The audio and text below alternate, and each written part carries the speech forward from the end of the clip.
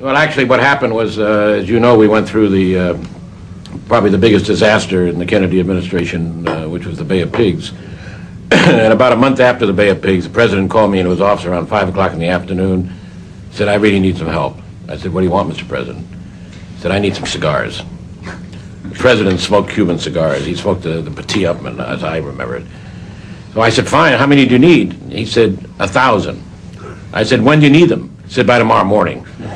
I said, "That's a very tough assignment, but I'll see what I can do." Anyway, I was smoking a lot of cigars myself in those days, so I contacted a lot of my stores, and next morning I got to the office at 8 o'clock, and the president was already ringing me from the Oval Office, "Come right in, come right in." "How'd you do?" I said, "I did very well, Mr. President." "How many did you get?" "I got 1,200. "Fantastic." He opens up his desk drawer, and he pulls out the decree banning all Cuban products from the United States and signs it.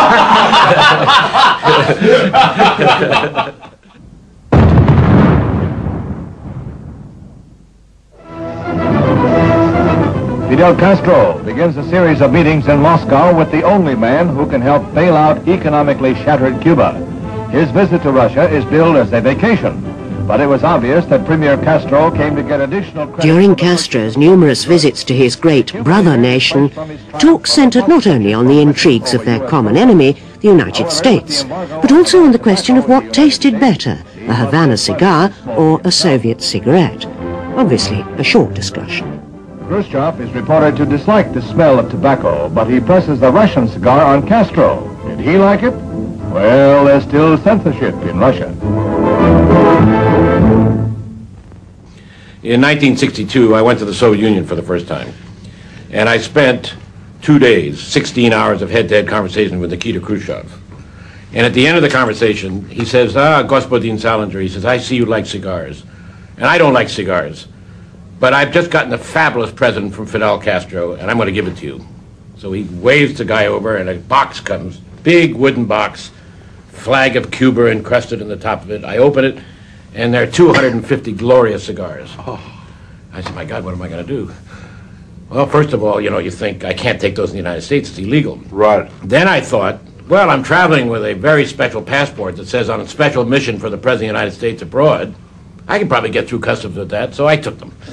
And I got back to Washington, and as soon as I got to Washington, the president called me in the office. He wanted to know what Khrushchev had told me.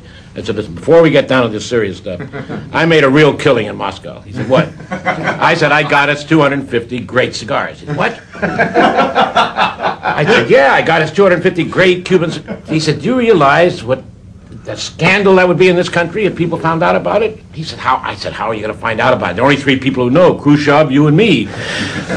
He said, No. You've got to get rid of these cigars, and you've got to go to the head of U.S. Customs and turn them over to him, and he's got to write a letter saying that he got them, because otherwise we're going to be in deep trouble." Well, I went to U.S. Customs. I gave the 250 cigars. I kept the box. The guy signed the letter. I'm walking out. I said, "What are you going to do with those cigars?" He said, "We're going to destroy them." I said, "I know, one by one."